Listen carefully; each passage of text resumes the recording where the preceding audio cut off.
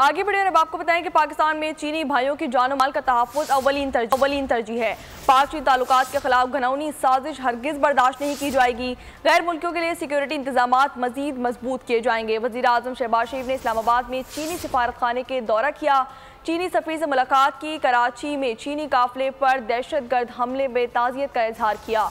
वज़ीर आज़म ने यकीन दहानी करवाई कि वो दहशतगर्द हमले की ताज़ियत तहकीकात की ज़ाती तौर पर निगरानी करेंगे। जिम्मेदारों को कैफिर किरदार तक पहुँचाया जाएगा। चीनी सफ़ीर ने वाक़े के बाद हुकूमत के फौरी रद्द-ए-अमल और तहकीकात के आगाज़ पर तशक्कुर का इजहार करते हुए कहा कि उम्मीद है वाक़े के जिम्मेदारों को जल्द सज़ाएँ दी जाएंगी। आपको बताएं कि पाकिस्तान में चीनी भाइयों की जान और माल का तहफ़्फ़ुज़ अव्वलीन तरजीह है। पाक चीन ताल्लुकात के खिलाफ घनौनी साजिश हरगिज़ बर्दाश्त नहीं की जाएगी। गैर मुल्कियों के लिए सिक्योरिटी इंतजामात मजीद मजबूत किए जाएंगे। वज़ीर आज़म शहबाज शरीफ ने इस्लामाबाद में चीनी सफारत खाने का दौरा किया। चीनी सफ़ीर से मुलाकात की। कराची में चीनी काफिले पर दहशतगर्द हमले पर ताज़ियत का इजहार किया। वज़ीर आज़म शहबाज शरीफ ने यकीन दहानी करवाई कि वो दहशतगर्द हमले की तहकीकात की ज़ाती तौर पर खुद निगरानी करेंगे।